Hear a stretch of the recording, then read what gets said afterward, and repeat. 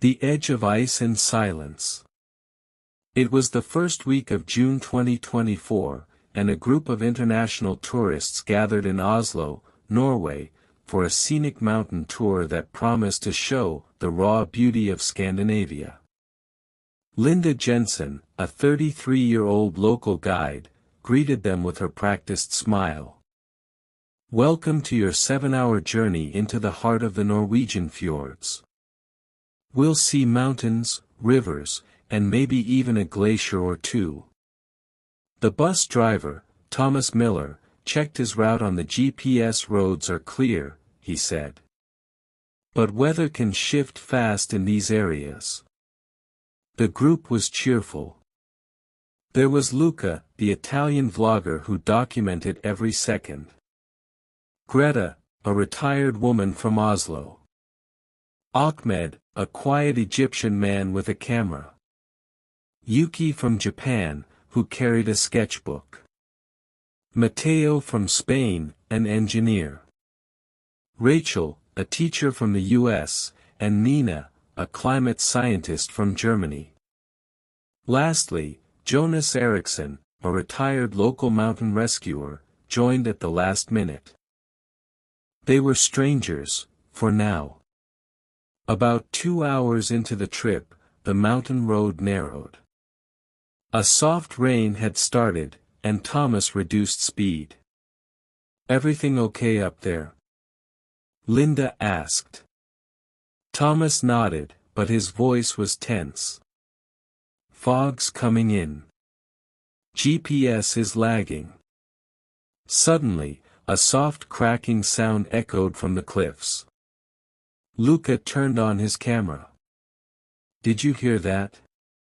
Greta, looking nervous, whispered, "That sounded like ice." Jonas stood and looked out. "That's not fog. That's snow mist. There may have been a slide higher up." Linda moved forward. "Should we turn back?"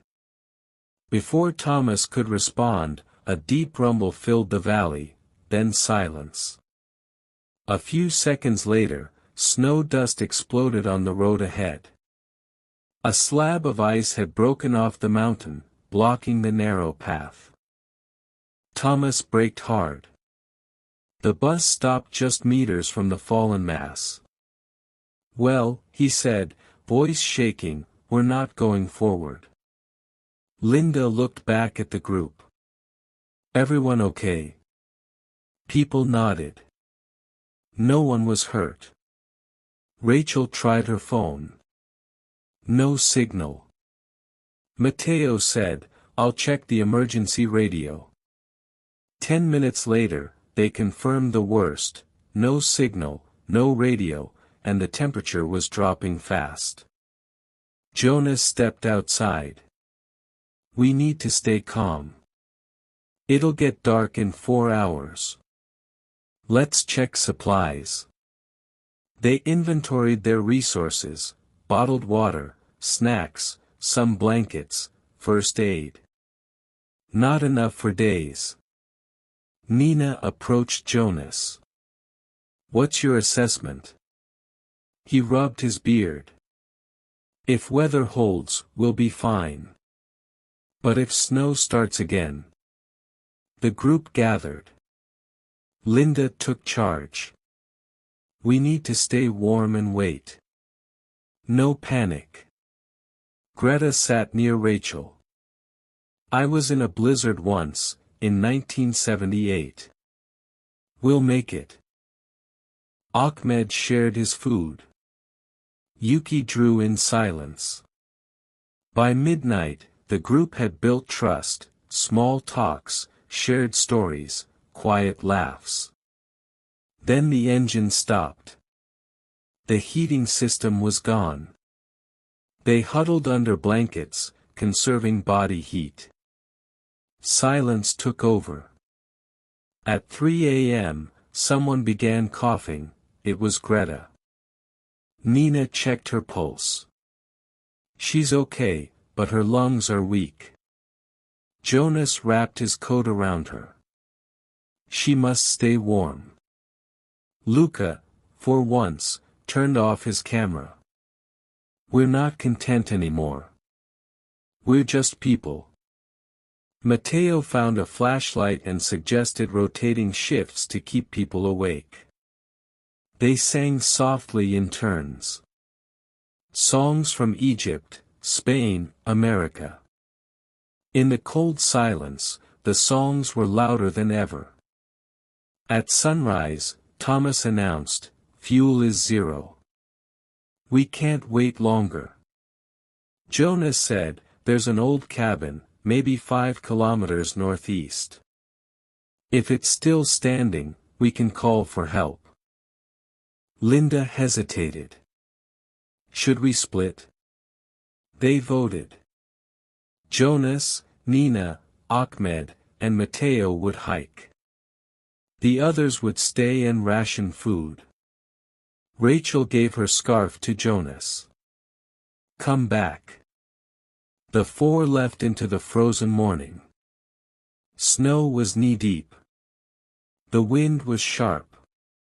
Matteo slipped once, cutting his palm. Ahmed helped him up without a word. Jonas led, quiet but focused. Cabin was here 10 years ago. Might still be. After 2 hours, a shadow appeared, a roof, half buried in snow. They rushed forward. The door was jammed.